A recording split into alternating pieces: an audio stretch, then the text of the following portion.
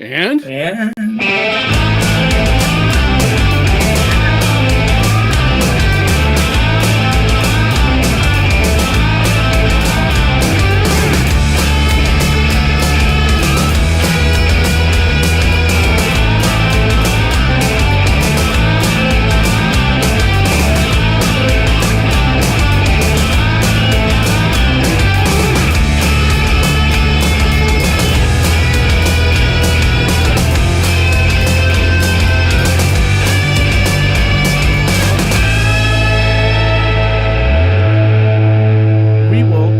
to screw it up less next time, although we can't possibly screw it up as badly as the city is screwing this up.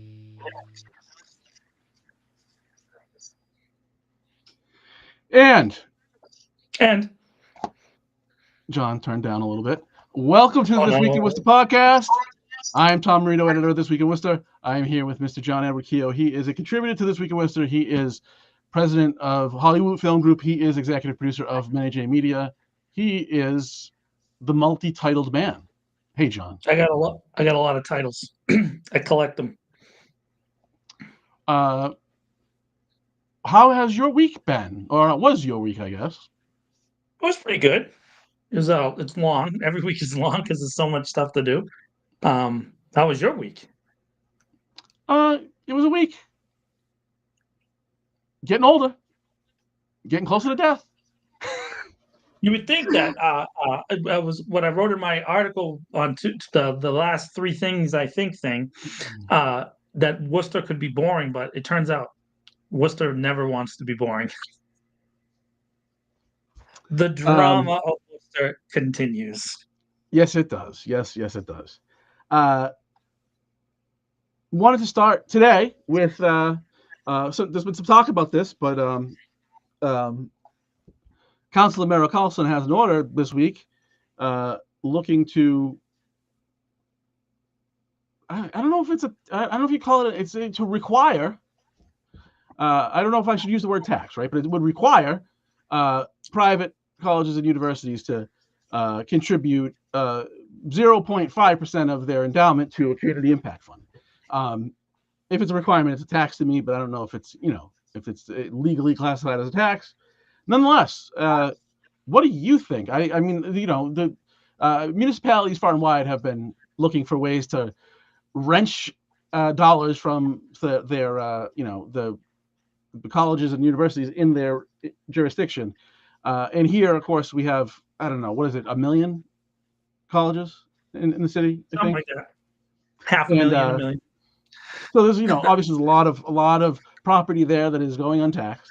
And this is the latest iteration of trying to pry some money out of some of these, very wealthy private institutions. My very first thought is, who pissed Candy off? Well, WPI, we know that. Because I mean, they've talked about it before, but this is the most direct I've ever seen it, as far as let's go after the endowments. Because normally what you'll hear them say is like they have to pay a percentage of like incoming students that are like non-residents. They're like, there's a bunch of different versions of this in different towns around. But normally I think Boston has something like Suffolk County residents. What their enrollment fee is, you pay in like 2.5% or 5% into a voluntary fund, and then that goes towards services that are related to around that college, right? So, but Worcester's never really had that, and of course, there's been this back and forth over the past 6 months to a year, where there's been this big property boondoggle between the city and a couple of the colleges, right? And so those properties, under the way that Worcester has it set up, right, come off the tax rolls, and so we don't receive property tax for the city, right? And so there's been like a lot of back and forth, and it kind of went quiet for a while because we're dealing with other issues, right? We're dealing with protests, and we were dealing with assaults between city councilors, and we were dealing with the police stuff, and we've got a lot of stuff going on in the city, and so that kind of fell through the cracks. The WPI city of Worcester, issue over the hotels, right? And then of course the Madison properties pulling out of the ballpark, but then coming up with 7.5 million to pull off the deal in with Holy Cross, right? So it kind of fell between the cracks. But Worcester, if Worcester politicians are good at anything, is that they do not forget a grudge, right? And so there's something going on, and I'm wondering, a couple things. So, Clark University is got a huge endowment, a massive amount of money that they have. I know because I'm a Clarkie, and so it would be interesting to see what it would look like, a 0.5% tax on, I don't know, whatever they got, $1 billion. I have no idea. I don't even know what those numbers are. But if you put a tax like that on all the colleges, and then it's specific to what she wants it to be attached to, so housing, economic, and community development projects. So it makes me really think about something what wasn't done somewhere, and then this led to Candy doing this. But it is interesting because I would say that I agree, Tom. I understand that colleges and universities are considered nonprofits, but we all know that's bull. Right? Come on. At this point, there's no one who reasonably considers a major university to be a real nonprofit, right? I mean, they just aren't. It's nonsense that they're even allowed to be categorized that way. And frankly, with their administration of the loans, saddling people with debt that are 17 and 18 years old for life. They're a financial institution, and so to be honest with you, they're really like they're a loan shark in many ways. The amount of interest that they get on it, I would have no problem with the major colleges being forced to do this. Of course, one of our schools, and they're not necessarily in Worcester, but Anna Maria. I know Anna Maria has had some recently tough financial situations going on over there. So I mean, I don't know what the right number would be. I don't know if 0.5% is the right number or not, but I do think that that's something that should be discussed, right? One of the big issues when I was at Clark that came up with is icing on the street on Main Street, right in front of the main campus of Clark. And so Clark would not clear that street, right? They would wait until the city cleared the street, and then they wouldn't do anything to do it. And so there was a bunch of slip and fall accidents from students. And I was part of a campaign at the school to have all the students write letters, and Clark didn't do anything about it. And I still have those emails where Clark was like, well, we'll deal with it when we deal with it. And it was always like, you have so much money, you can't go buy a bunch of the ice pellets. You can't just have someone like throw down some ice pellets. Give one of the students a quick job for $20 or $50 or something like that, and they can go lay pellets on the street in front of Maine. You can't do it because of the city. It was so nonsensical, and it was just because they have a lot of money, but they don't like to spend it. And so that's interesting. It's just an interesting way and to think about it. You're muted. I got you. What a dope. First thing is I mean, that's why they have a lot of money, because they don't like to spend it. At least that's one of the reasons. So this is tricky, because what you don't want to do, like you just mentioned, Anna Maria, is not in the best of shape the last couple of years. And you don't want to create a situation where you put an undue burden. We don't want less opportunities for education, right? That's what we don't want the result to be. At the same time, especially as these institutions just kind of gobble up more property, there's got to be some sort of the city's got to make the books work, right? And if property is increasingly being taken off the tax rolls, something's going to be done about that. I don't know if this is the right solution. As I've said about the developer thing, like Madison Properties at the ballpark, you need to have agreements in place, and there needs to be requirements for developers. That's right. And you need to use deed restrictions. For example, those properties at what is it, University Park over there? No, where WPI bought those two hotels there on Grove Street. that was property that was essentially given Mm, for no money. There was look at the records online. A developer was given one of the properties one of those hotels sit on, because of course they wanted him to develop it, right? And then they ended up flipping it for a few $1,000,000 to another company, a publicly traded company, who, if Worcester in its entirety was on fire, it wouldn't send a water bottle. And and they yanked a bunch of money out of there and then flipped them to WPI, right, for millions more. Sale price millions more. And the city gets and the city gets the shaft, right? But it shouldn't get the shaft because it should protect itself. But I get the impression, I haven't actually heard any of you say this. I get the impression that we don't want to put any restrictions on business because we want development to happen. I mean, it's fine, but when you get screwed because you haven't taken any precautions to protect the taxpayer or the city government.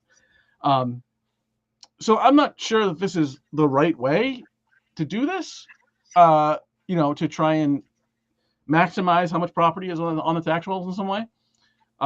It might be. I'm not necessarily against it, but I think in a larger sense, when especially the city is either giving property away or putting money into property or giving big tips, there needs to be restrictions on the property. You can't sell it to it. It can't come off the tax rolls for 100,000 years. yeah. Not 20 years, right? But like for eternity. Infinity. Yeah. And then if somebody like WPI wants to buy a property like that, it doesn't affect the tax roll at all because that property is going to stay on the tax roll or it can't be sold. Right. No, I mean, I really do think that I'm. By the way, I don't want to say that all the colleges are don't invest in the city, right? Because you can't say that, because I think Worcester State for sure has invested in the neighborhoods around the school. I think that their administration and their leadership has had a long track record of really building up that neighborhood, right? And so, and I think most of the neighbors in that area would agree, right? I'm sure there's the lone party here and there that probably made some of the folks on Chandler Street and not happy. But I mean, in the end, I think that you would have to say that Worcester State's kind of a stand-up institution, and I can say that I didn't go to Worcester State. I guess technically they were like kind of a rival of Clark, but not really. They've done really well there.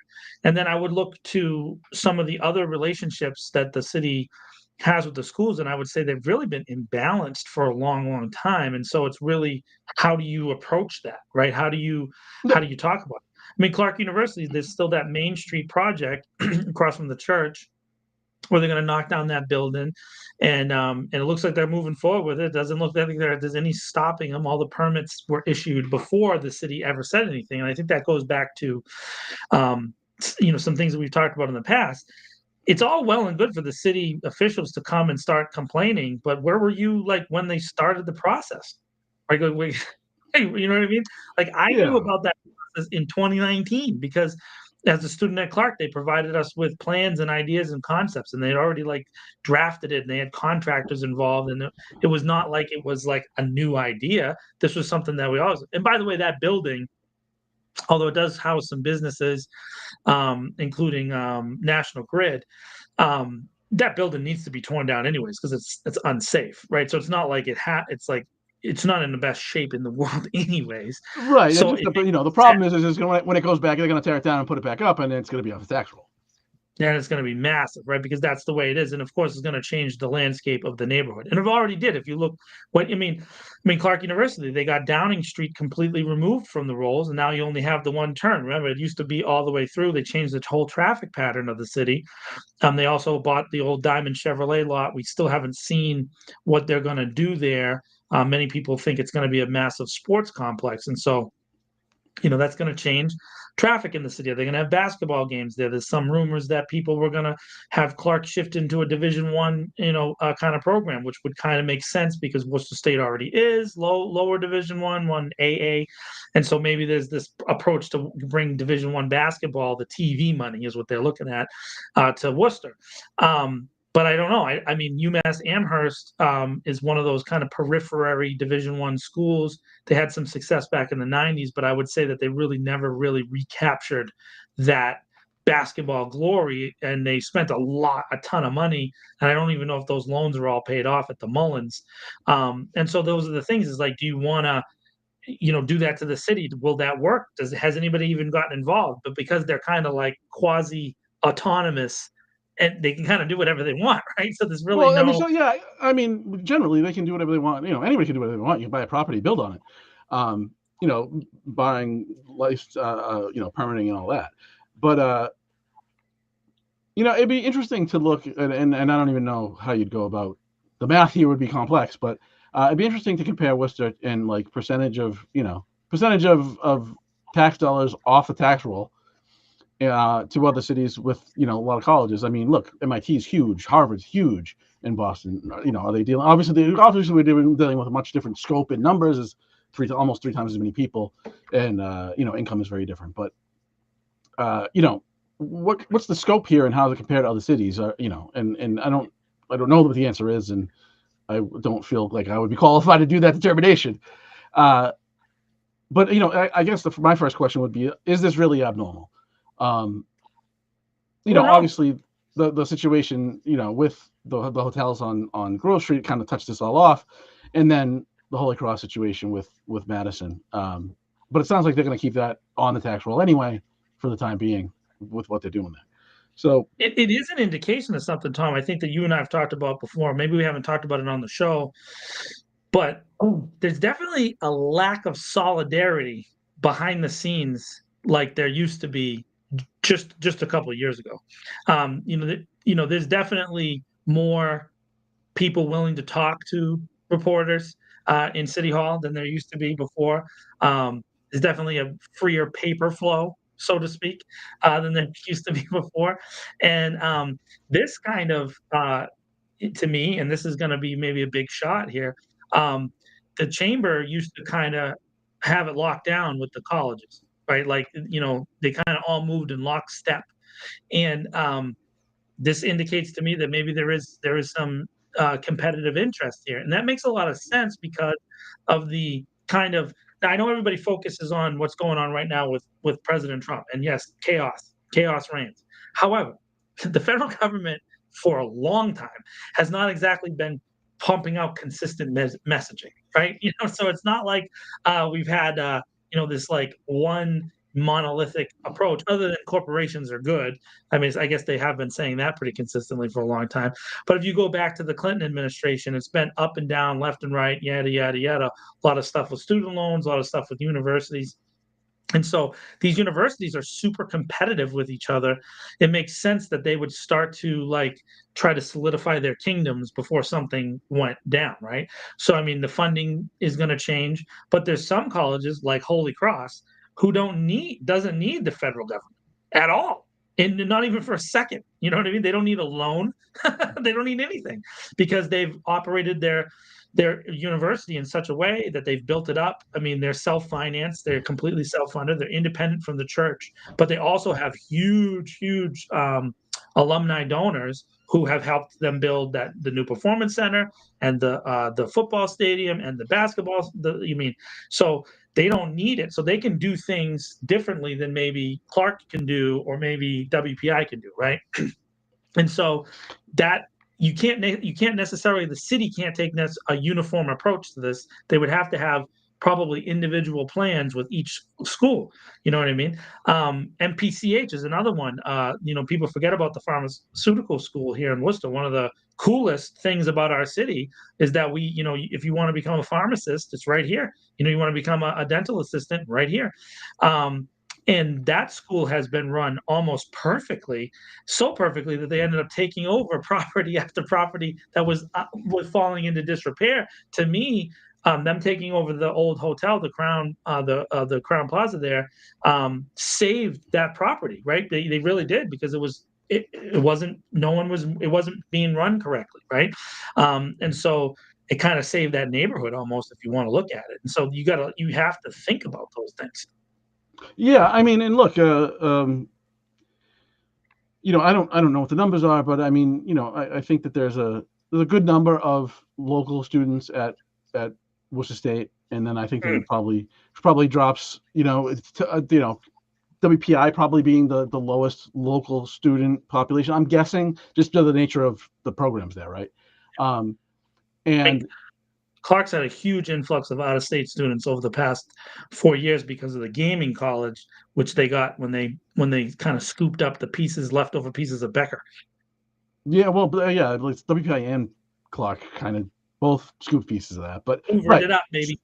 Yeah, so I mean, you shouldn't forget that these colleges also bring a bunch of people into the city to spend money, which is important.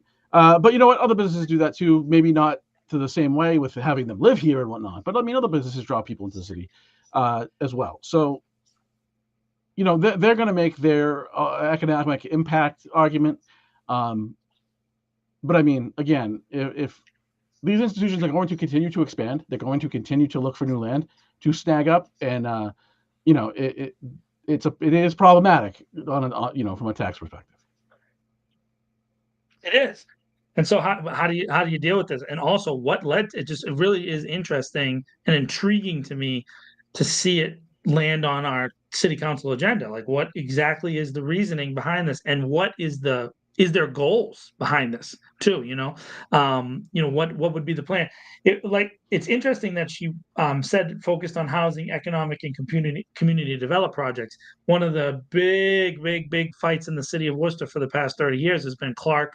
And I can say this as a Clark graduate, not investing in the neighborhoods around them unless they own it, right? If they buy it, then they invest, but the rest of the neighborhoods they'll let fall into disrepair and not really do anything to help.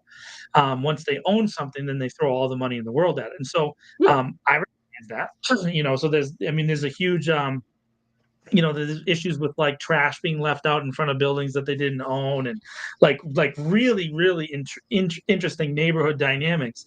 And should they be held accountable for that? How would you do that? Is there a way to create accountability there? I would say that there should be an expectation level at least. And how do you use that money? Does the school have say? Or does it just go into a fund and then the city administers that money? I don't know. I don't know what that would look like. And based on the budget and the things that are changing at the federal level, can the city even afford to use it for that stuff, right? Because what's going to happen when they lose all the the school's already being affected by like 1.3 million. What else is going to come? I mean, what's the next shoe to drop with federal funding going away? And listen, I before, I know a lot of people have different opinions. I'm a person who believes, I would prefer the city find a way to operate without depending on federal money. I get it. If you've been receiving it for a long time and then all of a sudden it gets pulled out of nowhere, that's a big blow. But there has to be some way. So maybe this is a way to offset that. But how are the schools going to be affected? You know what I mean? How much federal money were they each receiving? Is it going to affect their bottom line? Clark has its own financial institution, so they have their own loans that they do through their own bank, and I know WPI does too. So maybe, and I'm sure Holy Cross does. The church has its own clearinghouse. But does the same thing apply for everybody else? I don't know. I mean, I think it's really an interesting topic. You just have to dive into it to really get an understanding. So that will be heard on the city council agenda for this coming Tuesday. It is. Charter Spectrum making moves. Hey, Charter Spectrum, my guys. I love those guys, right? We talked just to recap. We talked last week that Charter said it is removing its call center from Worcester, and there's those people will go to other parts of the country if they wish, or they will be let go. 170 jobs. North Carolina and Indiana is where they got shipped to. The 170 jobs are going to go away in June. And they're in the middle of negotiating with the city for a new franchise agreement. And that's how concerned they are about that. Yeah. And so, I mean, a couple things, came up last Tuesday that were very, very interesting. That, one of the things that happened was the city manager acknowledged that in his responses to a couple of the counselors that Charter has not been compliant with the senior discount. He said that they've never been compliant. So he admitted that. I think that that's a huge thing for the city to have the city manager saying that during the city council meetings, because I am aware that Spectrum watches the council meetings whenever they have an item on the agenda, and so that's good that he said that, and that he admitted that. I spoke about it myself. I pointed out how we move really fast to like punish one person, but we're not punishing this company that just has a track record of treating us like trash. They just hate the city of Worcester, and they have not treated us well. So what happened was, it just so happened that during the week, there was this lovely article in the Connecticut Insider, the CT Insider, right? An article that was, what date was it on? April 2nd. So go look up the CT Insider. No, I know the Telegram and Gazette is going to get mad that we're sending people. And Tom, obviously, is this week in Worcester. I don't want to take it away any thunder. But in Connecticut, in Stamford, Charter is has a big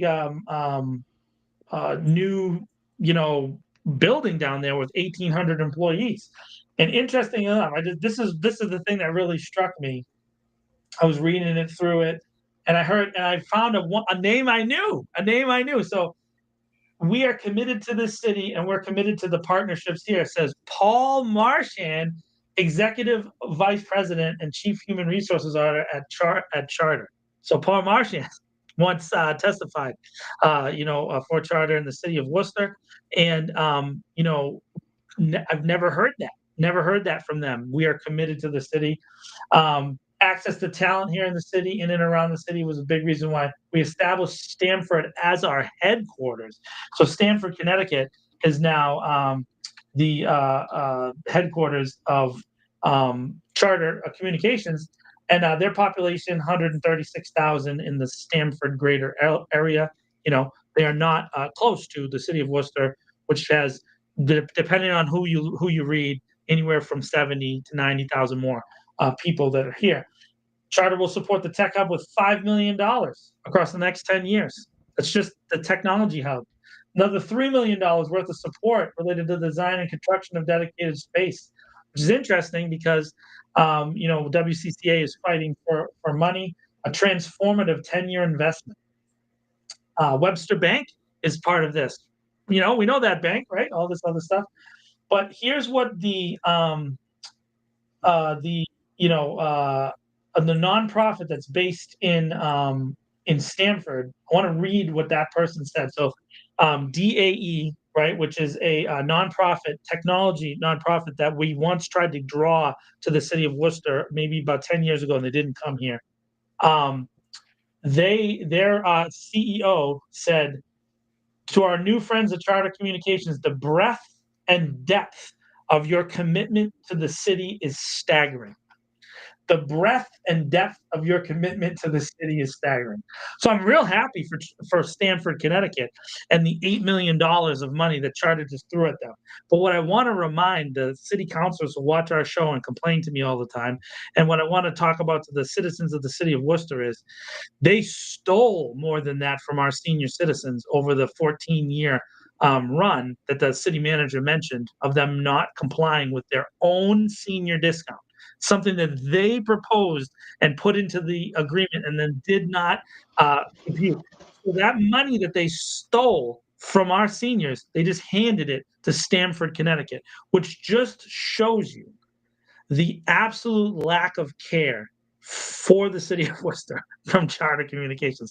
Now, I'm working on a longer form, news piece for Tom with pictures and videos and links and all this kind of stuff. And this piece will be prominently featured for This Week in Worcester, where I detail just the absolute disrespect that Charter has done. But one of the things that I've heard in my research is that they're eliminating the senior discount program across the country. If you're not already enrolled in it, you're not going to have access to it going forward. You can be grandfathered in, but you have to get signed up now. So if you're listening in the chat and you're a cable subscriber and cable's the way for you, you better call Charter and get on there and push them on that senior discount. And then the second thing is that the lawsuit, which is another item that's on this thing, Councilor King brought up, on this agenda for next Tuesday. You're not going to get access to those funds if you haven't ever contacted Charter. So if you or your grandparents have somehow access to the senior discount, make sure you call and get yourself on that list. But Tom, this is what I mean. Just the absolute disrespect. They just don't care. They can't afford to keep the 174 things, but they can invest in a brand new center in Stamford, Connecticut, 1,800 employees. The same week they announced that they're ripping out 174 employees from the city of Worcester. So I will happily bring that article and bring it to all the city councilors on Tuesday, and I will make sure to speak about that when Councilor King's item comes up on the agenda in relation to getting that senior discount. They just continue to show how much they don't care about Worcester, and our leadership just really hasn't held them accountable. So, I know you love my cable talk. I really don't get it. Like, at what point is it just like, nah, we're just going to deny? Like, no, you're going to keep, I mean, this happened, I think, in Springfield when they denied. They ended up with, one of the things they negotiated after denial was, was keeping that customer service center in Springfield. And so, it would seem to me, I'm not an expert on this very, very highly regulated process, but it doesn't make any sense to me that we couldn't do that here. We know they make a good amount of money in this market. As you've said before, it's their most profitable in New England. And this doesn't seem. I mean, I don't know what's going on, obviously, in the negotiations, but it just doesn't seem like we're leveraging that. Because if we were, I think we would probably be able to get to a place where you could get this done. Right. From all indications, all we've heard really is that they're headed down the road to sign this contract, and it just doesn't make any sense. It doesn't make any sense to sign a 10-year contract with a company that's obsolete as far as this technology, right? So cable is gone, and you can see in this article in Stamford, Connecticut, if you go read the whole article, that they're talking about new technologies and moving past cable and getting towards, Wi-Fi based systems and new technologies. So the company is trying to get as much as they can out of us. Of course, they want a 10-year deal. They want a guaranteed income level for X amount of years. Of course, they want that. That doesn't guarantee them income, though. I mean, people are going to continue to drop cable. It's going to happen. Well, here, the only way to get Spectrum cable, Tom, is you have to be a Spectrum internet subscriber, right? No. How do you get cable? What are you talking about? How do you get cable now? You need a modem, correct? No. How do you? So I want you to find me anybody who's a cable subscriber who's not also an internet subscriber. And I'm sure that they're seniors that are. The thing is, they can't offer the internet without the cable. They need the license to be able to offer the internet, because otherwise they're renting those wires from Verizon and from the city, right? So they don't own their own infrastructure. They're sending it over the rented cable wires. They don't own them. And so that's a really big thing, is they need this license to continue to offer internet service in the city of Worcester.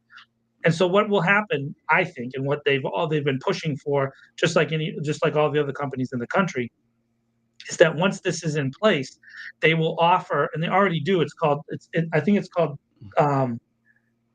They offer stuff through the app. Yeah, it is an app-based version of cable, but it's Spectrum streaming or whatever. It's cable, but they call it something else and make it a streaming-only service, and so then you get it that way. So they get their money that way, and then they lose all the infrastructure costs that are related to the cable franchise thing. And then 10 years from now, when cable is completely obsolete, they'll have made a bunch of money off of Worcester. Some estimates put that the 14-year period that they've made more than $1 billion in profit. But that's hard to track because they don't separate the licenses. That's just an estimate from a bunch of different people. So, and according to them, I think it was like $800 million, according to the last shareholder report I read for this contract. But that gives you an idea that 10-year contract is probably worth about $1 billion to them. And so they get that. And then at the end of it, they just walk out with not really having paid anything. And they don't care because their headquarters are in Stamford. Why aren't their headquarters in Worcester? No, I mean, I don't really care what the headquarters. I mean, it'd be nice, but I mean, it doesn't really matter. But I mean, the price increases for no reason all the time, and the terrible customer service, and the senior discount drama. Um, you know, but we're preaching to the choir here. I mean, you and I agree. Hold them accountable. Hold them to the wall. But it's just not going to happen. Yeah, which is too bad because I think that I think there's an opportunity for our city councils to just have a win. And this is the real frustration I just don't understand is like they're a villain. They are not a.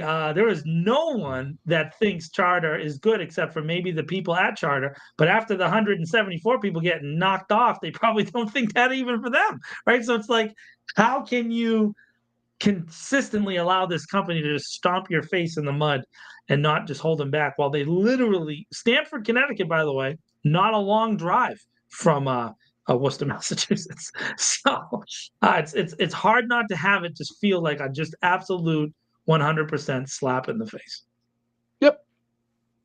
That they do this in the middle of negotiations just shows. I mean, it's just crazy. The same week that they announce that the 174 people were being fired, they announced 1,800 jobs in Stamford, Connecticut. You're telling me they couldn't move those people around, Tom? Of course. Now I get it. It's a call center. This is a headquarters. It's a different level of people, but man, does it feel like they just have a bad relationship with the city of Worcester. And why can't we hold them accountable for basic levels of service and basic level of care? And why can't corporations be held to a higher standard? And to be honest with you, I bet Stamford, Connecticut's going to have amazing service for the first 6 months to a year of this this project. I bet they'll have no wait times and all their videos will download instantaneously. I bet they'll get all that stuff. Yeah. Yeah, I mean, the company has failed to live up to its obligations in every possible way, and it seems like they're basically going to get rewarded for it. So I'd like to answer that question from current District 4 candidate Ted Costas. Why isn't the manager searching for a competitor that may provide a better and affordable service? He can't. He can't. The way that the franchise agreement works is that any company can come in and bid, but the city can't bid. So Verizon could come in and bid for cable to be a cable provider, but Verizon has no fiscal interest in becoming a cable provider because they're running a separate system, the FiOS system, and so there's no reason for them to want to offer cable. And they have on the Verizon streaming app, there's a version of cable where you can get a la carte, channels. So they already have kind of a thing. It doesn't go under the franchise agreement law, so they're allowed to kind of slide in there. Yeah, and Verizon just to be clear, Verizon hasn't rolled out new TV service in years. Like they still have TV service in places that they're maintaining, but they haven't introduced television service to cable TV service to new markets in 4 or 5 years at least. Yeah. And then generally speaking, where they do have stuff they're maintaining, they're offering them deals to get them off of that because the way that the franchise agreements are set up, they're not a loss leader, but they're just not as profitable as the internet is. The internet is just massive free money for them. Oh, because they get paid. The thing is they get paid from the downstream arrangements from like Disney Plus and HBO and all those other streaming services. They get paid downstream fees, and they're charging a percentage of the fee that you pay to them. So they're getting paid on both ends. Whereas if you remember in the cable thing, there was a bunch of times, remember when channels like got blacked out? Remember when like Comcast had these big problems and every once in a while Charter would get into a battle with ESPN and there'd be like a couple weeks where it wouldn't be available. That's because under the cable law, these are federal laws, which allows the channels to negotiate fees for their channels, which are different than what happens for streaming, right? So streaming is a one-to-one transaction. If I want to pay $16.99 a month for whatever streaming app, I can. But in the cable system, whatever ESPN is charging Charter is what Charter then passes on to me. So if it's $3.75 for ESPN College Plus or ESPN, then that's what I pay. I don't have any ability to negotiate. And that's why cable bills consistently go up, because those channels are negotiating higher rates. And even more particular, broadcast channels, local broadcast channels, they're not allowed to charge you for it. So they can only pass on fee increases, right? So they can't charge you what the original fee is. So every time Channel 5, 25, 4, 7, Spectrum 1, although Spectrum One is owned by Spectrum, asks for more money for their broadcast services, which are still the highest rated local channels in New England. Those fee increases are passed on to the consumer directly. They do not absorb a single cent of those. Hopefully that answers the question. So Chartergate continues. Moving on, there was a report in last week's city council meeting on police detail hours, and just read the relevant part here. In 2023, there was an estimated total of about 1,765 unfilled detail assignments and 22,630 filled. And in 2024, it was 650 unfilled and 22,993 filled. So the unfilled dropped by more than 1,000. 1,100 or so, and the number of filled only increased about 300. So it seems like there was less. If you add them up, it looks like there's less total requests for details by a little bit, but certainly a higher fill percentage. Yeah, and I think a part of this is that the chief saucier has moved this to a digital system. So there used to be like paper filing to get a police detail. And so then I think that's probably part of it. As data management comes, we're going to see like changes in these numbers. So and obviously in 2023 and 2024, 2023, the end, he was the interim chief, and then last year that was his first full year as chief, and now this is his second full year as chief and full chief, interim and full, right? So we're probably going to see this. But Tom, my question is that we've had like a bunch of reports of different issues with the overtime packages and the detailed packages from the police. And most of the time, all you hear is kind of like big flailing at it. You've taken a run at it and done a detailed explanation, but none of the city councilors have really pushed for a detailed explanation. And I think that this chief is probably one who would be willing to explain it, right? And I don't want to go too into the weeds here on inside baseball of police detail assignments, but if you are an officer on first shift and a detail assignment pops open on second shift, right, it goes by seniority. Okay, so like captains, then lieutenants, then sergeants, and yada yada yada yada. And they have internal lists that they kind of keep track of who gets the chance at the detail. And so what we've talked about though sometimes is that you can get forced because one of the command officers took a detail. Now, this is not a criticism. This is just this is the state of affairs that we're in, right? Because we're not using flagmen. Our city uses police officers to fill detail requests. That's where we're at. Fixing that is a longer term conversation. So I'm not trying to chop anything up. What I'm trying to say though is this conversation needs to be held in the Public Safety Committee. And the Public Safety Committee chairperson, Kay Toomey, should be engaging in conversation with the chief about how these policies are being developed. Now, he said in his reform package that he's developing a set of policies. So here's where the public can engage, is a chance to have a hearing where he gets to explain all these things. By the way, I've talked to him about this. He has a very 10 times better explanation for the way he handles it than the person that he replaced. Right? I think, Tom, I don't know if you had a similar conversation with him about it, but, I think that, I would love to see that on the public record. And so we need, in this case, a Public Safety Committee chairperson who asks for the chief to come there, because in city council it doesn't do him any justice, or the process any justice, to have him sit there and ask and answer one question in the middle of a city council hearing that's not dedicated to that. Whereas the public safety committee, that's really where that work is supposed to be done. That's the point of it. And another point is, 10 plus years ago, before Kate Toomey became the chair of the Public Safety Committee, this issue existed already with two former chiefs of police. And it was gone over in the, Tom? Public Safety Committee?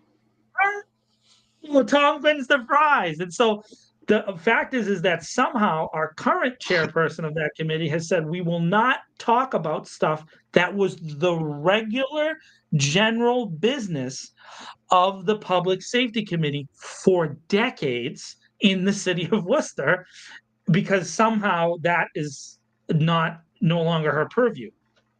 This is not under the, whether or not, you're going to fire somebody or not, thing where she doesn't allow herself to be involved in oversight of incidents. This is just related to this.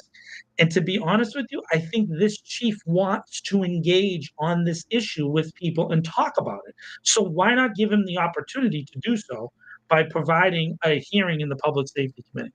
And so, I hope that that's something that our current chair will take. I doubt very much that we'll see that in this year.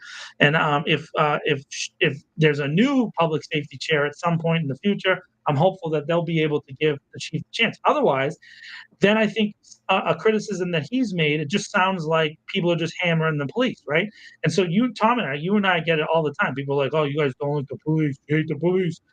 But no, I would like the chief to be able to explain the detailed policy. And I think that he has a good grip on it, and it would help people understand it better.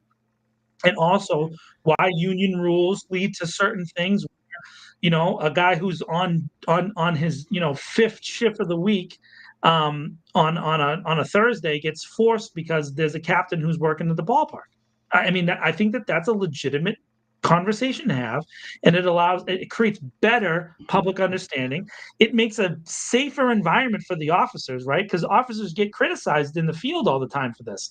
So instead of getting yelled at by someone like, hey, you work in a detail, bro, blah, blah, blah, you deal with it in the Public Safety Committee. That's contributed to the overall negativity in relation to the police department and the public, where people are not getting the chance to engage. Literally, it's preventing public interaction with our leaders. So if there's any hope, please hold a hearing and let him explain this policy in detail. So we've had some reports on this year and last year on how much of these detail assignments is the city picking up, right? Is for assignments for city work, right? DPW's out doing something or whatever, and the number's really small. But what isn't included in that is like if a detail's working, say a road paving that's done by a contractor, so that's not being paid directly by the city, but it's being paid to the contractor, and the contractor is paying the detail, right? So in the end, it's taxpayer money paying for that, right? And I'm not saying that the contractor isn't earning the money and it's not their money. Of course it is. But I mean, it's priced into the contract, right? Because they're going to have these details, right? And so we're not really getting a clear view of how much of this is being footed by the taxpayer. The rest of it is being paid by business, right? Sure. And they should. They should pay for it. I think it's right. I mean, I work in the film industry. I have not just done it in the past, but I also have many projects coming up this year, and I'm going to hire local police officers. That's what you do, because you invest in the city that you're a part of, right? And so I'm going to hire a police officer to be a detail officer on our sets. That's how you do it. And so I should pay for that, though, right? If it's my project, I should pay for that. And what you're saying here is there's another hidden cost. And that the other hidden cost is if my detail officer pulls somebody that leads to forced overtime, that overtime that is being forced, right, is something that is not really accounted for in how much this costs, right? Yeah. And here's the thing. The way that you deal with that is you provide a situation that leads to better recruitment of officers so they can get back to the staffing levels that they need. And I'm not disagreeing with them. They are down a bunch of officers. The pre-COVID numbers were much higher than they are now. We have a bigger city. It makes sense that you would have more officers. The traffic enforcement is one of the biggest ones, right? We just don't have enough officers to really truly enforce traffic in the city of Worcester. That's a fact, all right? So we need more officers. And so if you need more, the way that you would get that is to offset costs somehow, right? Or create a better environment and reputation of the department that would then recruit and retain local Worcester-based officers. But right now, that's not the case. And so, and they've said that. That's what I mean. We just listened to 2 weeks ago. Patrolman Union's president Tom Duffy say that they can't get any officers to come because everybody has this negative perception of the police. Right? That was his statement. He's not wrong. And so, here's at least one area that seems like low-hanging fruit that you could go and fix, and it would help develop that away. So I think the chief of police listens and watches to a lot of the things that we say, and I know that he reads the articles. And so I hope that he gets a chance, and that the public safety chairman, who said that she will have his back, has his back and gives him the chance to actually talk about something that's really important to the city's interactions with the police department. Yeah, I wish our elected officials would have our back. But hey, what do the voters matter? Yeah, I mean, look, this is detail hours are a difficult subject or a difficult topic that crosses into a bunch of different subjects. I wrote about as part of a piece I did about officer fatigue, really, right? If you look at base salary of some of these folks and then what they're making at the end of the year with overtime and detail pay, they're working a lot of hours. And I would like to see our officers, one, be able to make a good living, and two, have time for stuff like recreation. And then, those of them who, in the minority, who treat us like we're the freshman to their senior in every interaction that they have with anyone in the city, maybe that would be lessened because they'd hopefully be working a more humane shift or, a human number of hours per week rather than, 60, 70, 80, maybe more for some, not all. And so, we should want police officers that are well rested and at the top of their game on duty.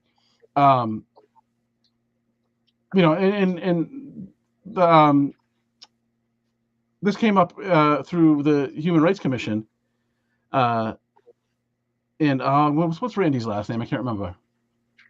Randy Feldman on the Human Rights Commission asked questions about this. Yeah, about this. And is there any correlation to, number of working hours and complaints for misconduct? And there was, furious pushback in the telegram from the two union leaders, Mr. Duffy and Mr. Early, Captain Early. I got yelled at in person. Really? Yeah, I was told how wrong I was about this. But anyways, continue. Yep, because once this pisses me off. Because once you put on a Worcester Police Department badge, fatigue no longer affects you. You become RoboCop instantly. It's the dumbest thing I've ever heard. These people will lie right to your face. It's unbelievable. Yes, fatigue matters. Yes. Of course it does. I'm tired, and look what a prick I'm being. It's unbelievable. I can account for that. When Tommy's tired, not a happy guy. It's unbelievable. Like, of course, fatigue matters. Right. Not only that, though. So again, if you care about the safety of police officers, we know from every scientific study in the history of the universe that fatigue leads to bad physical reactions and if you want, and not only that, higher stress levels and all those other things. And so why wouldn't you want safer police officers? It's weird that when you ask for safety measures that actually would be beneficial to police officers, somehow in this city it's bad. That's bad. Like, okay, well, all right. Yeah, that's right, guys. Just go ahead and all of you just have the worst stress of all time, have super unhealthy lives, and die early. Is that what you want us to say? I don't want that. I want safety for them too. So it just doesn't make any sense. That's why, this goes back to not just this, but a bunch of other issues, and we'll talk about it in the next topic too. The defensiveness in the city of Worcester that just erupts when you just bring up. By the way, there's not really a disagreement here. It's just a question of policy. Like, we think it should be this, and another group says no, we think it should be that. And the group that has it already where they want it are like, how dare you? It's like, Yeah, like what? I mean, I wrote a piece on this, and it was about it was 6 ideas I had for 6 thoughts I had on police reform, and this was one of them. And it's like, yeah, would the days of making near 300,000, 250,000 for those those that get there, which isn't a dozen or two, somewhere between a dozen and 2 dozen, depending on the year. Yeah, that would probably come to an end. But what I don't want to see is like this just assault on officers' livelihoods, right? I mean, my suggestion, and it wouldn't cover obviously the whole gap, but I was, if we move to alternatives on some details where it made sense, like flaggers, whatever savings would come should be kind of filtered back into base salary, and get, especially when you start, you start at a pretty moderate number as a base salary, like your first year. It goes up pretty quickly. But look, we want cops to earn a good living, because we want to attract more cops, right? Like, nobody wants to continue to have recruiting problems, and that would be the fast track, obviously. People work for money, generally, and so, and not me, I'm an idiot though. Normal people work for money, and so, we don't want to make it worse on recruiting, but I would like people that are working in a healthy state of mind, who have robust personal lives. If they're married, they've got time to spend with their kids and their and their family, or whatever it is that they like to do, that just isn't working 60, 70, 80 hours a week. And if that's hating cops, then whatever. Like, anybody that says that is hating cops is the dumbest human being alive. Yeah, I agree, and I think here's the thing about the salary, like, levels, like, they're gonna go away, like the 250, 300,000. Not necessarily, because to me, again, a safer, healthier Worcester leads to a more attractive Worcester.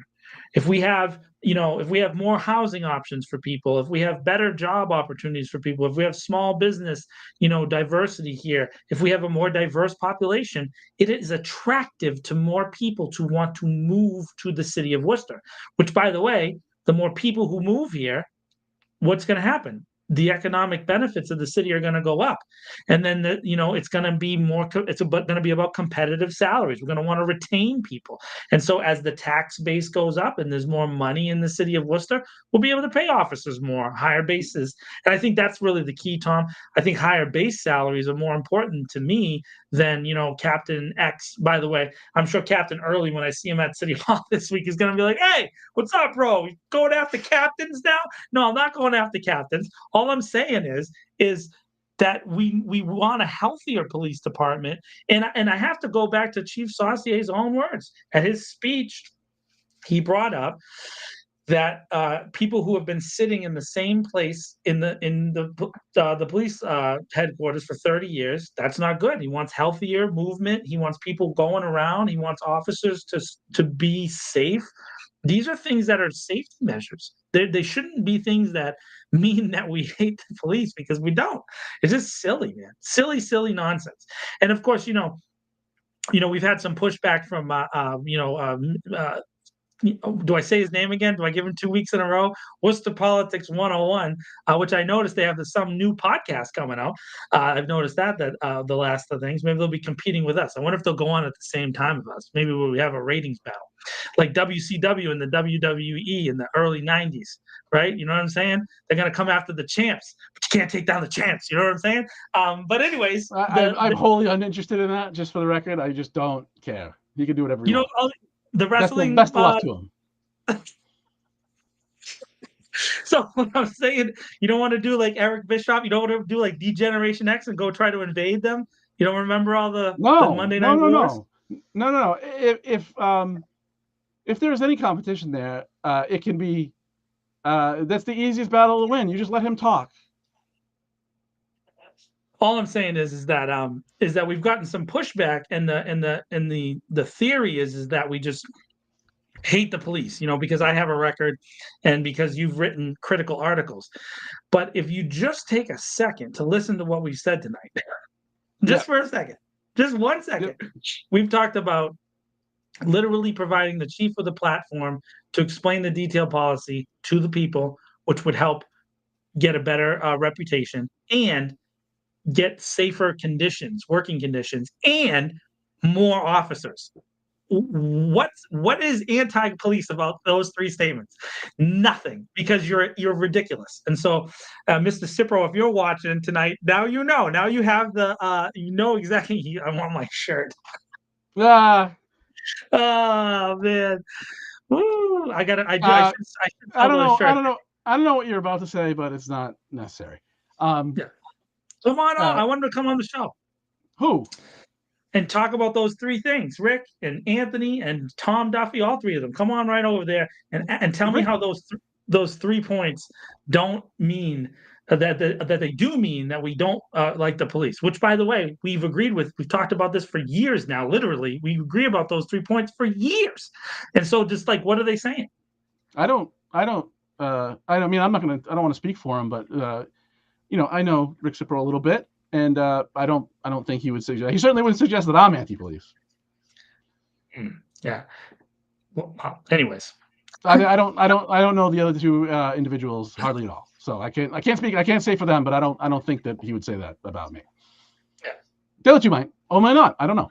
I don't know. Yeah. Moving on. Before you go on some rant that I then have to hear about later, and I don't want to. I did it. No, no. There were, nationwide on Saturday, there were protests, including here in Worcester. And Yes, there were. you were present. You went down to check it out. And, I did. Wrote a piece that's on in the column section of This Week in Worcester right now.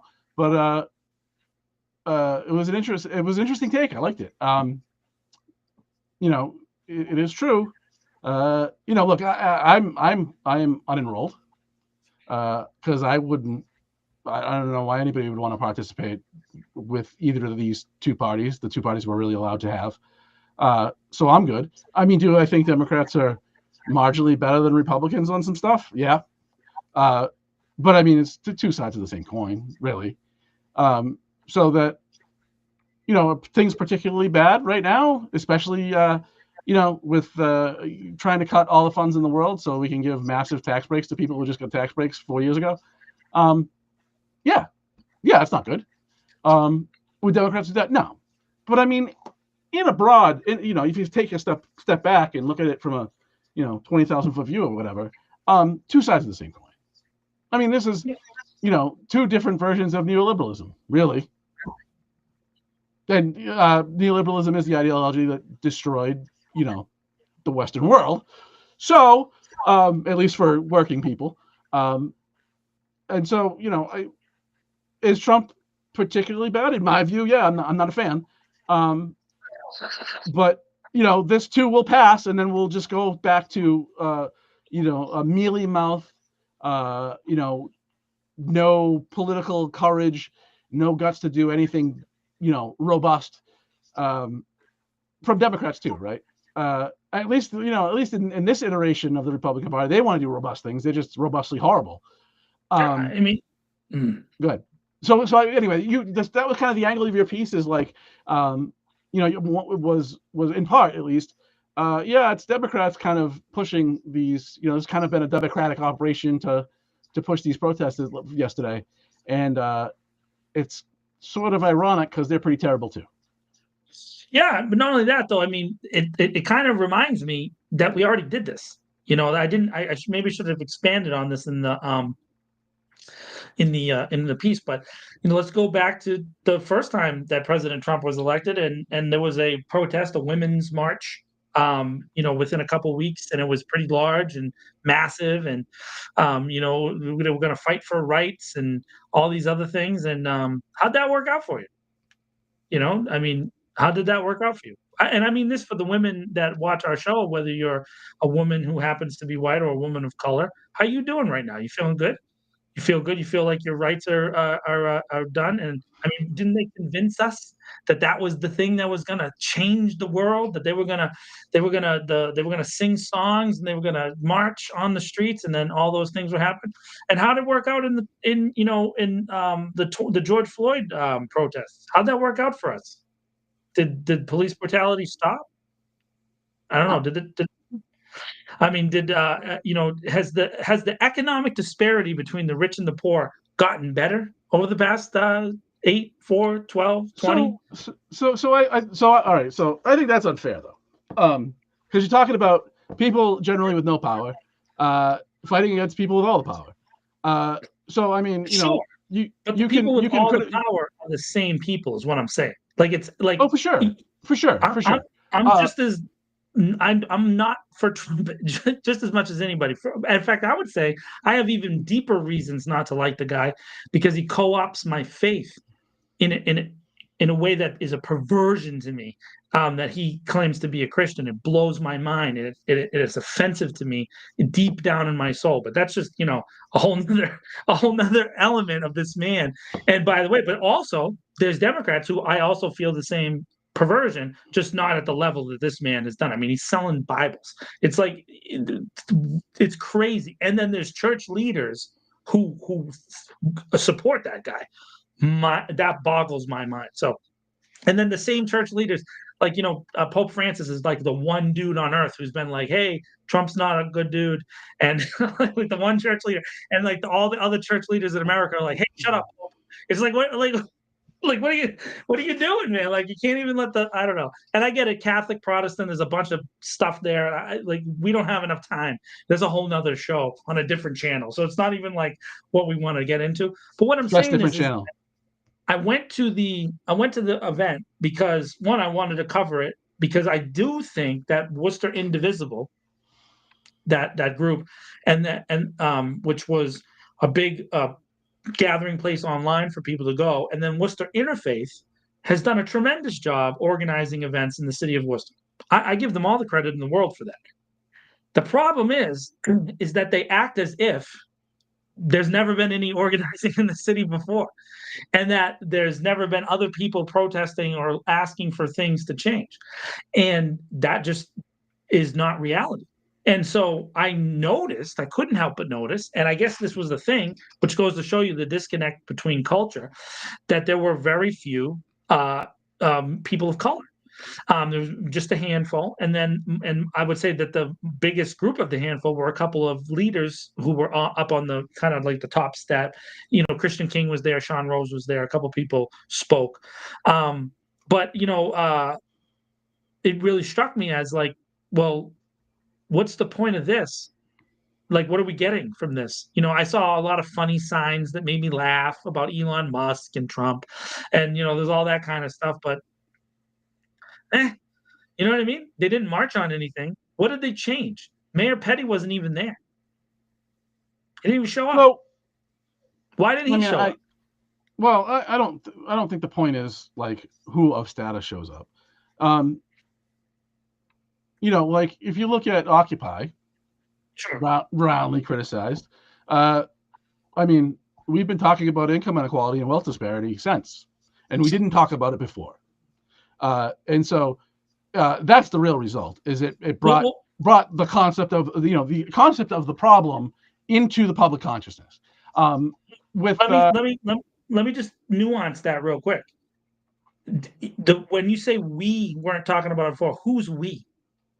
I forget what the numbers were now, but it was like a year after Occupy had pretty much died that the use of the phrase income inequality in media had increased like 22,000% or something. It was something absurd. I forget what exactly the number is, right? So it put the concept that there's a problem into the public conversation. That's really how the needle moves.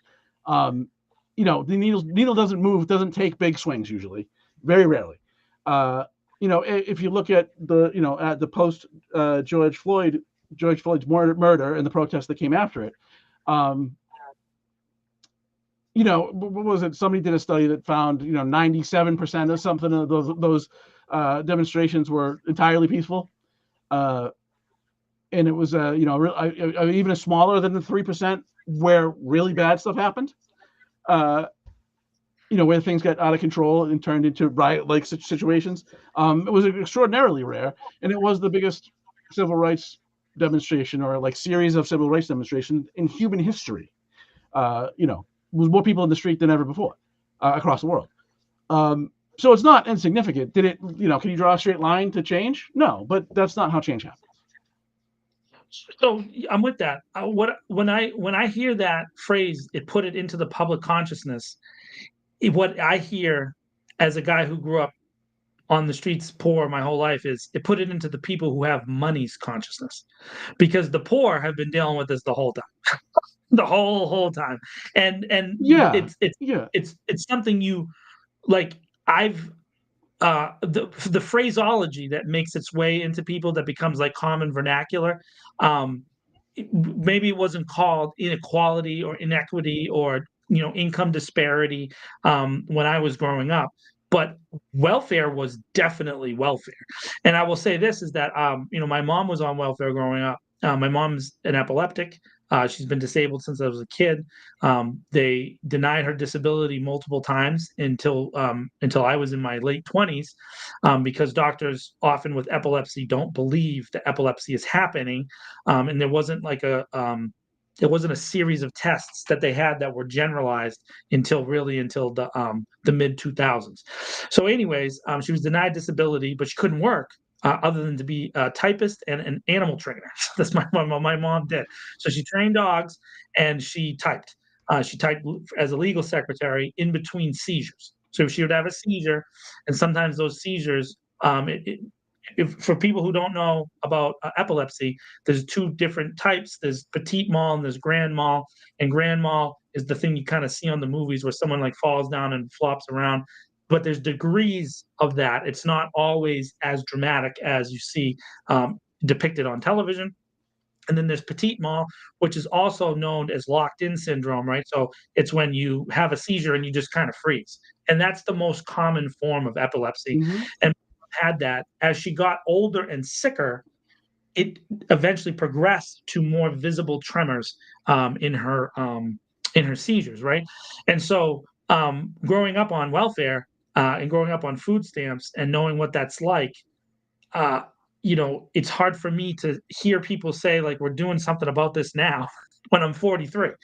And so that's what I mean. I'm not saying that there's no good-hearted people. Let me say about this event, it was well organized. I believe there's a lady, her name is Misty Green, and she's an organizer for both Worcester Interfaith and she's like very prominent on like the Worcester political pages. She does a tremendous job, and I'll give her 100% credit for putting it together. It was advertised well in the framework of the people that are paying attention to that, right? And so there was a lot of people there that were in their 50s and 60s and know who Joan Baez is. And so I'm just being honest, and I'm not criticizing. I'm saying this is a statement about our reality, which our reality is hyper fractured. There are people that are younger that don't even know today on Sunday that there were protests yesterday. There was almost 5 million people in the United States. Okay, they don't even know that because they live in a different world than people who do know that live in. They live on TikTok, and I know this because I watch. There's a no. I think no. Clark Talk. There's a group of Clark students, and they did not go to the protest. But you know what they did, Tom? They watched it on streaming, and they reacted to it, but in their dorm rooms, because that's kind of part of their society. It's a little different than a lot of the things that you and I know about. They don't really go outside a lot. They don't have a lot of those kind of experiences that kids, just had just a couple decades ago. And so it's something to be spoken about and to understand the difference in our society. It's radically changed now. And I also mentioned that there was very few, maybe a handful of people of color, and apparently there was a call by people of color not to go out of fear. And that is damning of our society, Tom. That is damning. It's not just a Trump thing. What they're saying is they're so afraid that in Democratic run Massachusetts, the bluest of the blue states, Democratic supermajority since 1959, congressional federal delegation has only had one Republican, Scott Brown, for a shortened term since the 40s. All right, since the 40s. That place, the place that voted against Nixon, the place that voted against Trump, Tommy, they're afraid to go to Worcester's Common behind City Hall. That's horrendous that even exists in our universe. How is that possible? It's 2025. How is that even normalized? So I'm sorry, but I'm not going to celebrate this grouping that took place on Saturday when that is a part of the reality. And I don't know how it moves the needle, as you said, that it doesn't happen often for those folks. Yeah.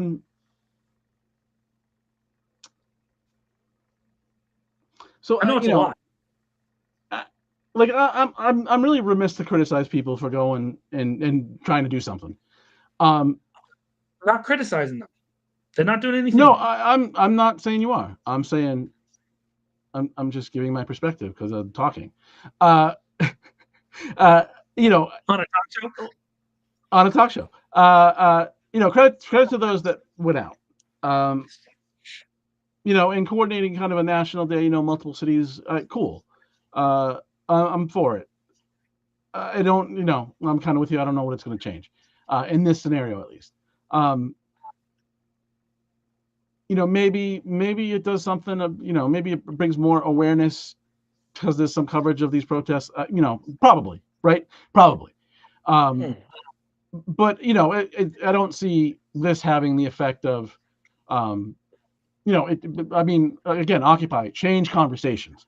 The Black Lives Matter protests, change conversations, change, how these issues are talked about in media, in the public, quote unquote, public conversation, right? And I'm not sure that this is going to do that. What I kind of took away from your piece as most interesting was that, young people especially, if Trump when Trump goes away, because he will eventually, and there's another Democrat, as there will be eventually, but it doesn't really change anything for them. They're still screwed. Yeah, because the corporations run the world. It has nothing to do with Trump. Trump's he's a symptom. The thing, people give that guy entirely too much credit for the state of reality. No, he's a result. He's not a driver. He's a result. Yes. And there's this old adage, and that we get the president that we deserve. You've probably heard that before. We get the president that we deserve, and so we have the leader that we deserve. Is what it really is, and that deserve really belongs to the adult class. So like the generations that are in charge. Trump is a result of a series of generations making really terrible decisions about the future of our country because they cared more about themselves and what they wanted than they really cared about other people, right? It really comes down to it. And yes, all the elements that people want to talk about are there: racism, sexism, classism, all those things exist. Gender identity and sexuality politics, religious politics, all of those things play a role in what we have. But realistically, when it comes down to it, the system itself has consistently produced these results for generation after generation. And so it comes down to maybe we should think about replacing the system. And then that, of course, sniffs at revolution talk, right? And of course, no one wants to have revolution talk because we do generally not want political violence, right? You don't want anybody to be hurt. I've never heard you call for someone to get their ass kicked unless they were a bully. And that's not what we're looking for. You know what I mean? We're not, even when we Um, like things that have happened at City Hall, like when David Webb got spray painted in the face. I mean, I don't say, I haven't got along with David, but I don't want him to get hurt. I don't want anybody to be hurt. You know what I mean? I want people to be safe and happy and healthy and whole and all those kind of things. But I just don't know how this operation, which we've seen before, there's been marches my whole life on different subjects. And yeah, I'm sure they've gotten places, but it seems like every 3 or 4 years we're back in the same cycle. Or sometimes there's a stretch of eight, there's a stretch of Well, yeah, eight where because there's people are pissed off about something. I mean, that's always like sure. we're not gonna get to inertia. Like we just reached a place where Yeah. everything's great now. That's not how this game works.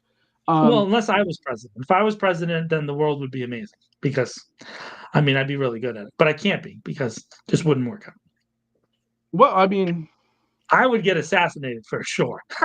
I was gonna say, it used to be that having a record would be a problem, but that's not a problem anymore. So No, it's not because I have a record. I just know that I would say things that would push back against certain things that I think are sacred cows, and I think then that becomes an issue where there's like really important. I think the thing is that not in our lifetimes, but our parents' lifetimes, John F. Kennedy kind of said some things that really, really, really made some powerful people upset, and he got killed.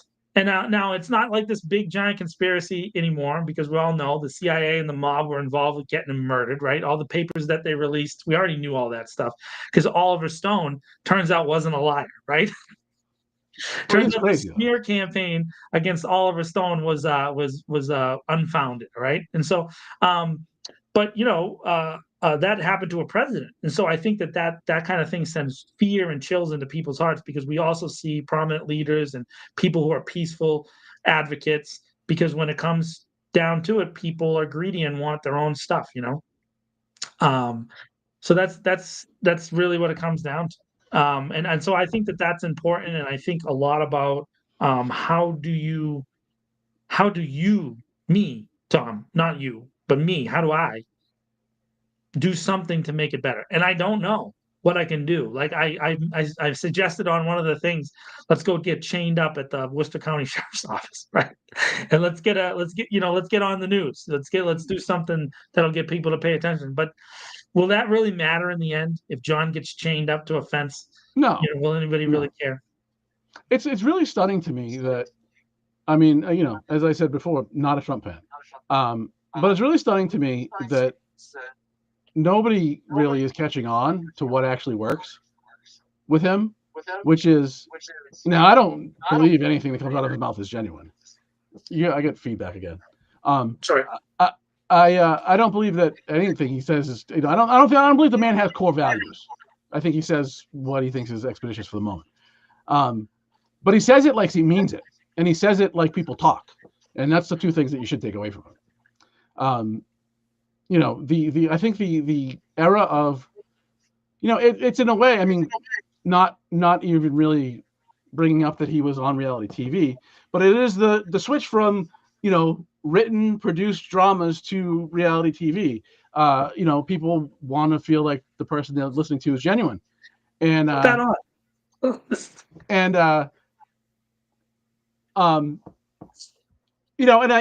people, for whatever reason, I don't understand why people don't see through the nonsense, because he's been full of it his whole life. Nonetheless, I mean, they think he's telling the truth. And I think a big part of that is because he just says it plain and says it largely how people talk. So stop wrapping everything in so much, you can be more professional than Trump for sure. But stop wrapping everything in, stop wrapping everything in political speak and like business speak and being overly polite and all buttoned up, and just talk. Yeah, just say what you mean and say what you mean.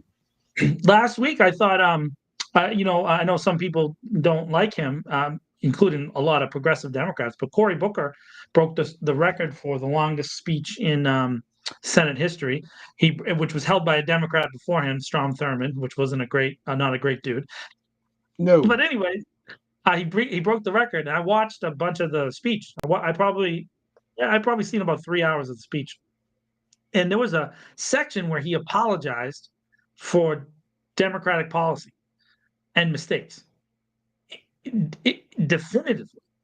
And it was great because I think he was being honest. And I think he was like genuinely saying, like, hey, we really messed this up and that up and this up and that up.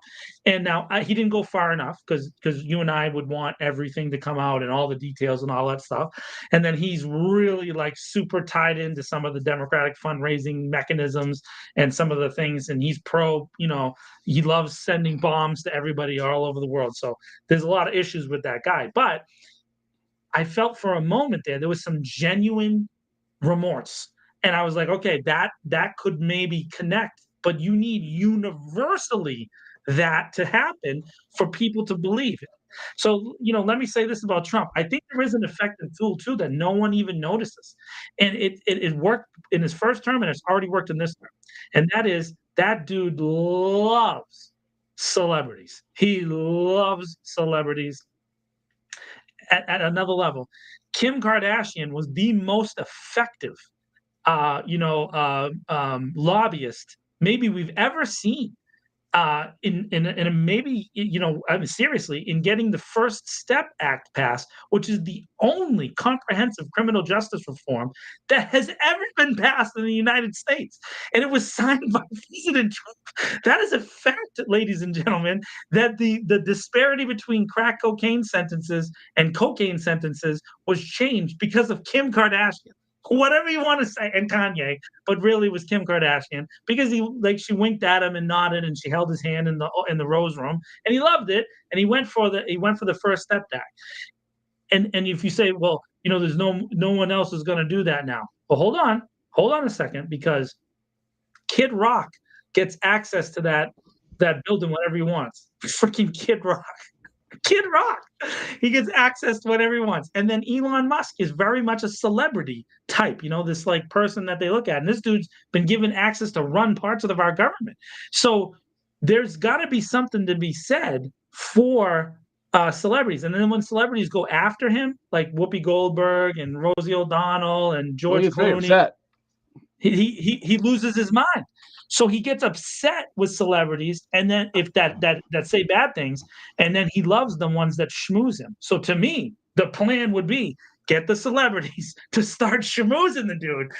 Do a wrestling move and do a big face turn for everybody in Hollywood, right? Send Taylor Swift over there.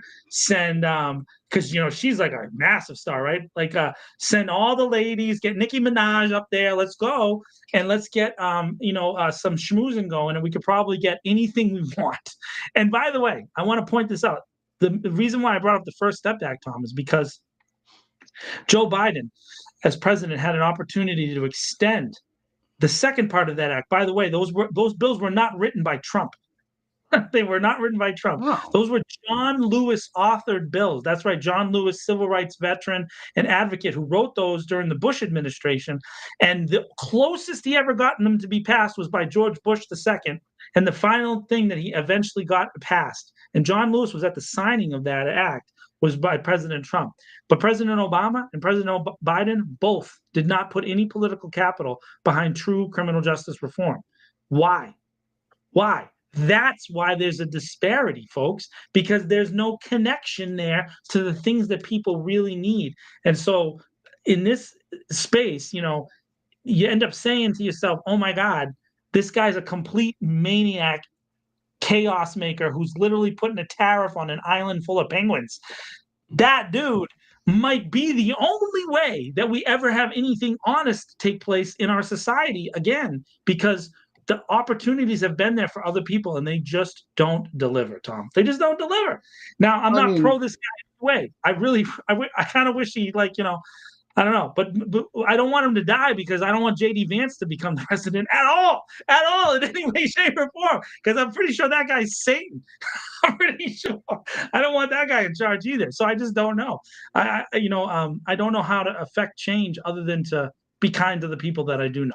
Even Fred Nathan, who apparently is going to bring me cookies if I get chained to a fence. Thanks, Fred.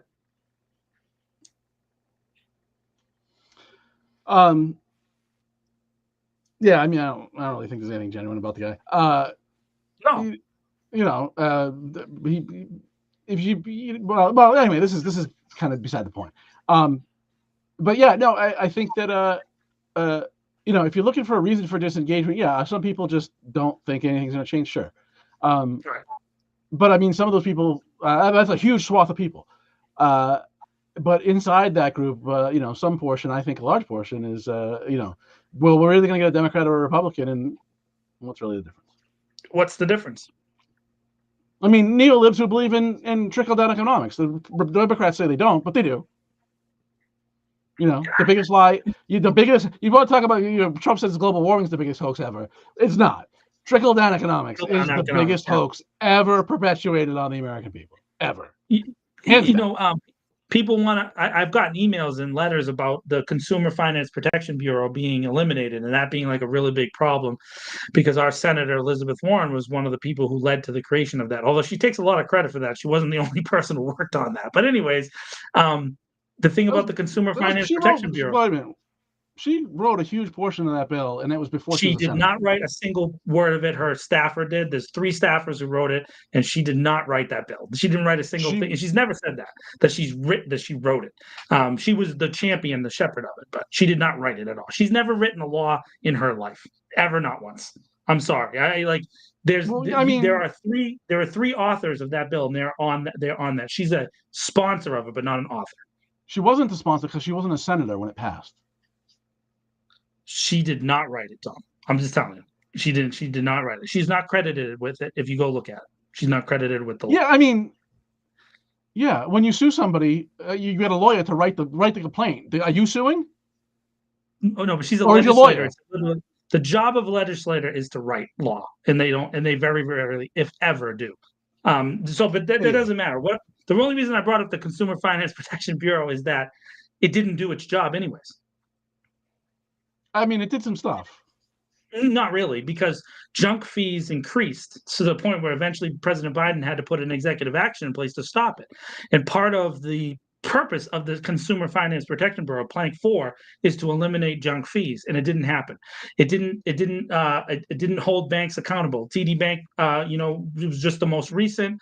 Had to pay like a $3 billion fine. 0 people went to jail, and they were allowed to get away with a ton of stuff.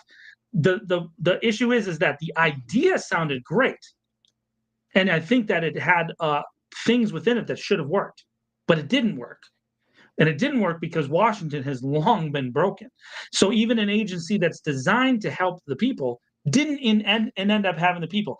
And currently, I know it's still in existence right now, but not Trump's appointees, Joe Biden's appointees to the Protection Bureau, the 5 people. 4 of them are former bankers, Tom. 4 of them are former bankers. Well, I mean, but that's who Joe Biden is. Yeah, but what I'm saying is that's how those things work anyways. Even if it is in the end a good idea, and I think it was, because I think credit cards have destroyed our country. Hey, they're wrecking me right now. Just don't pay them. Huh? Just don't pay them, Tom? Just don't pay them. It'll work out for you. Just don't pay them. It'll work out for you. Yeah, I mean, I would just say I forget what the number is now, but it's a big number of money that got returned to consumers from was it perfect? No, it's government. Nothing in government's perfect. But I mean, it's the only thing that's been created in government in 50 years that was actually for regular people. Yeah, I mean, I think the Small Business Administration was created for regular people too, and again, just ended up being used by big business as a clearinghouse. So I mean, it's just. Terrible stuff. But I mean, that was also created forever ago. Yeah, 60s, like the late 60s. What I'm saying is that when they make the law, whatever the law is, and it's supposed to help all the people, there's never like an anticipation of what perversion of it could happen. Does that make sense? And so what happens when you get a guy like this in there who then now has access to pervert it? Well, I mean, but apparently, that's because he runs the government, right? Yeah. I mean, and look, you can, I mean, this is really in the weeds, but I mean, this is the argument about rulemaking. You can write that a thing is supposed to do this, but then you've got to actually write the processes for it to execute that. And that's a much different thing. And that's where rubber actually meets road. I have absolutely no use for Nancy Pelosi, but when she said we have to pass it to see what's in it, was actually a very honest statement, really. because it needed all that stuff, the Obamacare needed to get into rulemaking to actually see how this stuff was going to be executed. So it sounds really stupid what she said, and she should not have said it that way in public. But I mean, it was actually just I think her speaking really the truth about how this stuff works. Oh no, and I'm not. By the way, I think that. So I am not a big fan, but I think that was one of the more honest moments I think I ever saw in her career, was that she was telling you exactly how it worked, and then and then she even admitted later that an individual mandate was a critical error that they made, and that was pushed through by lobbyists, right? So lobbyists and from the insurance companies wanted the individual mandate, which is why the Supreme Court eventually ruled it a tax. So it was a tax against people, on people. And the reason they wanted the individual mandate, because they wanted the poor and the middle class to offset the costs that were going to trickle up, right? And so that's the fact. And then all the politics around it, the Tea Party and yada yada yada, blah blah blah. It all really comes down to there was big business on one side and small people on the other, and in the end, big business kind of won out. And we're still dealing with the after effects of that. At least she told you the truth on that one thing. At least that was true. And to be honest with you, last year, I have no problem with what she had to say about President Biden. I thought it was she needed to be truthful and give an opportunity for there to be a different person. I wish she had done it 6 months earlier, but the fact of the matter is that she was being honest in that moment, probably for the first time. And so it is what it is. At least you can look for honesty in certain places. You try to find it as much as you can. So, and I don't know why we're here. How did we get here? This is the tangents that I say we shouldn't go on. Tangents. So if you're gonna raise the the minimum standard of care, you have to have a bigger pool. That's just the way it's going to have to work. Sure. But what you should do is ask the companies to pay in, and they did, and they don't. They don't now, and they're able to collect zillions of dollars on nonsense, and it's just that's where it comes down. It's the dumbest. It's the dumbest thing I think. If you really look at what it is, it's the dumbest thing I think I've ever heard of. We have billions of dollars all over the country shoved into building hospitals and medical centers, all public money, hospitals and medical centers and all of this. And then we have a private company broker our access to it. Yeah, it's amazing. It's the dumbest thing I've ever heard. It's amazing. But by the way, it's just like a consistent thing over time is that whenever anybody wants to offer free care of any kind, they're persecuted, right? They really are.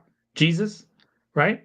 Joan of Arc, Padre Pio, this guy built a free hospital and was ridiculed from just like there's so many examples of this. What's his name? The guy with the polio vaccine. Anybody who ever wanted to give away care for free has been pilloried by the business community, because that's where people are the most vulnerable and they're most likely to give their money. In the end, the healthcare system is based on a guaranteed to fail a pillar, and that is the only real cash, the only real actual cash that goes into the healthcare system. True money is actually generated by W-2 employees. That's the real cash that goes into those systems, because everything else is a series of offsets and pulls and drags and staged numbers and weirdly divided mutual funds and projections and all this other stuff. And so in the end, you're hoping that the middle class will continue to perpetuate and they'll generate repeated income because they're the only ones generating money on a regular basis. But eventually that's going to fail, which is consistently why healthcare has to be reviewed every 10 to 15 years, because we just can't get it right, which is we should just give it away. Universal healthcare for everybody. Every other country on the face of the planet that would be reasonable to compare to, and some that is probably not even reasonable to compare to, China, have at least got it a little, get it better. I mean, you're trying to treat. Healthcare. Yeah, you're trying to treat. You're trying to provide healthcare to a society. It's not going to be perfect. It's going to be screwed up. But I mean, the rest of the planet manages to screw it up less. How is that possible? It blows my mind. Listen, because our goal is for really, really rich people to get really, really richer instead of actually keep people healthy so they can be productive members of society. Hey, listen, Hey, listen, I don't want to. I don't want to go on a rant on this, but China, which is the country that's the most criticized by far by our political class, it's not even As it close. should be. As it should be. Has had paternal leave for fathers, paternal leave for 40 years. So that's all you need to know. Is that and by the way, they do a lot of bad stuff to their own people, and they do a lot of bad stuff in the world. I'm not pro them, and I'm not anti them. I'm just saying that there's a track record of stuff, right? But something that you would think is a simple understanding, which is that when the mom has the baby in a family, or the dad, or it doesn't matter at this point, there's a baby, that the other parental unit could go and spend some time with the baby and the other parental unit, right? So whatever version of that makes you happy and makes you feel good about how you call yourself, I don't really care. But I think it's important to say that if you're asking people to have families, whatever version of a family they have, you would want to support that initial time more than anything, because one of the few things that every scientist agrees on, Tom, is what? That the initial 6 to 8 weeks of a baby's life indicates future health. And future health, of course, would lead to more productive people. So you would want that to be the time that we support them. So if China can get that right, how come we can't? It's a piecemeal all over the country, right? It's like one state has, I think Massachusetts, I think we have 6 weeks, and Alabama has -4 weeks. Like, you have a baby, you're going to work overtime. I mean, it doesn't make any All sense. right. It just doesn't make any sense. All right, that was a wild tangent. Yes, it was. Fred, we talked about the endowments thing first. That's the first thing we did. So as soon as this is over, just let the video, cycle Fred, through. go and back you'll and be able listen to the beginning of the cable, and you'll get in there. Yeah, it's the first thing we did. And I it want is now cookies on time. Tuesday, Fred. Don't show up to City Hall without cookies, bro. For real. Like, you know what I mean? If you don't have a cookie, it's on site, bro. Moving furniture in the chamber. It is now time for John's favorite part of the show. Oh, I will repudiate you once again, Tom Marino, because the surveys say that this is by far the fans of this show's favorite part of the show, and that's when I ask about Tom's favorite things. We didn't do And surveys. so He's lying. it's what, dude, universally, this is the favorite thing. And there's a movement, just so you know, online there's a movement, there's a subreddit somewhere where they want me to rewrite the song My Favorite Things from Sound of Music, but put Tom's favorite things and put in Tom related stuff into that song. So I'm just telling you, there's a movement. And then to do it in a hardcore fashion. So it'll be like Tom's favorite things. Raindrops on roses. Ask the question. I want to be done with you. Okay, all right, Tom. So, in light of Charter Cable probably going the way of the dodo, I'm going to ask you, growing up, right? When we're similar in age, right? And so when we grew up, the big advent in technology was cable, right? And cable channels. So Tom, what was if you have one, what was your favorite cable channel, not broadcast TV, cable channel growing up?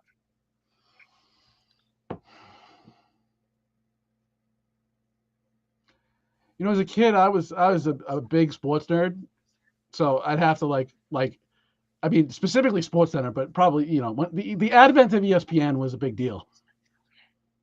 I mean, I used to I used to wake up and watch Sports Center before I did anything. Before breathing. Sports Center was like the show, right? Yeah, that was like that Dan Patrick days. You know what I mean? This is way. Oh back. Yeah. The funny days. Kenny Mayne, Dan Patrick, and Kenny Mayne. Yeah, I remember that. And Oberman. Oberman. Oh, Keith Oberman. Yeah. Oberman. Makes sense. He talks about politics now. Weird, crazy. So, he was on MSNBC. He was on MSNBC for a while, and I mean, it wasn't my thing. He's pretty typical neo-lib left. But he did have a segment that made me laugh every time. The worst person in the world. He did every day, and 4 out of 5 days of the week, it would be what was his name? He used to be on Fox News. guy who got fired years ago. He was their 8 o'clock guy forever. Then he got fired. I can't think of his name, but the guy used to be the kind of first big star, and it would like he would do it like 4 out of 5 days of the week. It would always be this guy. Why can't I think of his name? But the worst person in the world. It was hysterical, but overall, pretty typical, center left stuff. Yeah. So anybody, if anybody wants to join in the chat, what's your favorite, your favorite cable show, your cable channel? Mine, of course, was the great. I know maybe it still exists in some format, but it was Nickelodeon. It's not even close, dude, because I was super, super poor. But all the kids at school were talking about Nickelodeon. So I would go over other people's houses and watch Nickelodeon, right? And I still remember the, was it da da da da da da da da Nickelodeon? Remember that? All I remember from Nickelodeon was Double Dare. Yeah, so Double Dare, right? I just had a ton of great shows. I was never a big Disney Channel guy except for the cartoons, and those cartoons were on Saturday mornings on broadcast TV anyway, so it didn't matter. And then, of course, the version of MTV that existed until 1995. After that, it became reality TV, and it just was not the same thing. But the original MTV was just awesome because it was like regular people. You can't do that on television. That was a good show. There you go. Yeah, so there was just I love those channels, but I guess a big thing about those were they were Wild Wild West, and so there wasn't a lot of supervision, and so they did some stuff that I guess you can't do anymore. I yearn for those days. A great favorite movie of mine is UHF, Weird Al Yankovic movie, which is about like a rogue television station and just a bunch of random shows that people make in a local thing. If Mauro Di Pascal is watching, let's get WCCA up and become Rebel TV. Get Rebel TV over there, WCCA, right? We get some stuff going on. But I used to love those things, and cable was supposed to be like the advent of being able to get information from around the world, right? And so that was supposed to kind of democratize information, and then the internet, and then streaming, and then cell phones, and yada yada yada yada. But I think it's hard not to say that it also led to a more and more fractured society, and it's not to say that the time in the 80s was like happy, like everybody was happy, because we weren't. But I mean, maybe this amount of information and the way that it's distributed so fast and so widely, and including disinformation and people disagreeing with each other, maybe it hasn't been healthy for society at all. Maybe some of those Midwestern preachers were right, and when they called cable Satan. Yeah, I don't know, but I'm just saying, maybe it hasn't worked out so great for everybody. So Sam checks in with 3. Spike TV, which was I don't know if this is his reason, but it was a big deal for the fight game. If you're into if for fight fans, I was like the first you could actually catch it for just on your television. Discovery Channel for obvious reasons, and Animal Planet. Everybody's watched a healthy dose of Animal Planet. Sure. I've definitely watched the March of the Penguins like probably 20 or 30 times. And Discovery Channel led to History, the History Channel, which was another favorite of mine, because they used to have the Saturday night history thing, and then they became their own channel. And so those History Channel shows, man, those are great. Just an hour-long documentary of showing people's old black and white photographs. Gotta love that stuff. Oh yeah. A different HBO Sam checks in with old HBO. No, that's fair. That's fair. 2 Sams in the chat. That's a double Sam. You know what that means? We get an extra bonus 2 hours of the show. 2 Sams equals 2 more hours. No, we don't. No. Oh, sorry guys. That clause was left out of my contract. I can tell you right now. You have a contract? Yeah. It's when I write to you when I send you a text and say it's time to do the podcast. That's our contract. And just a last note for me. I don't know how I've managed this far, but I may disappear for Ted with Sci-Fi Channel also good. For gamers, I would just like to point out that the Last of Us 2 came out this week, and I don't even know how I'm here.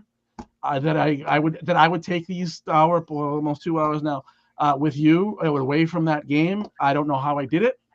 It's amazing. It's amazing. It's amazing. That is which means that you must love me.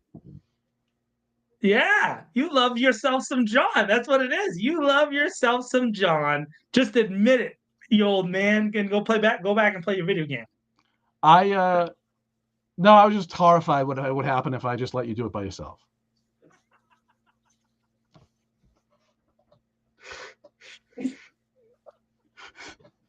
It would be very scary. It would be very scary. Oh, that's the best thing anybody said all weekend. That's great. Oh man. Do you have anything else, come sir? host it with me. We can get Freddie Nathan on here. We'll have me and the John and Fred show, and then we'll see how that goes. Especially if he's going to bring me cookies. You don't bring me cookies. What's up with that? That's I'm a terrible person. I don't know. Listen, you're lucky I get there. Yeah, you're lucky I can get to a place and my head is still on my shoulders. Okay, never mind have another thing. By the way, make sure you go on to This Week in Worcester and read all the articles, man. There's a bunch of stuff. Tom covers everything. You can read my articles too, but mostly, check out This Week in Worcester. It's a leading place for news and information, ethical journalism here in the city of Worcester. If you're not already reading This Week in Worcester, what is wrong with you? Seriously. I've only been at it 7-8 years now. Positive. You better be reading This Week in Worcester, Mr. Candidate for District 4, Ted. Candidates. Now, I don't know about the general public, but I think that candidates for public office that don't read This Week in Worcester should be disqualified. Wait, what do you want, Sam? Wait for what? We're about to go, dude. It's time to go home. Tom's got to go to bed. I don't need to go to bed. I need to play that game. What's with the cliffhanger here? Come on. Now you have 100 people. Yeah, the ground is open. Yeah. You're good, Ted. Ted, that makes me like you more. That means you can be on the ballot. That's the new platform for qualification is reading This Week in Worcester. That's right. Do you have anything else, sir? I do not. All right. Thank you, everyone, for joining us and participating in the comments and whatnot. Hope you enjoyed. We will indeed try to screw it up less next week. Come to City Hall on Tuesday. Come to City Hall on Tuesday. If you don't bring cookies for John, he might fight you. So I suggest you bring cookies. And we will try to screw it up less next week.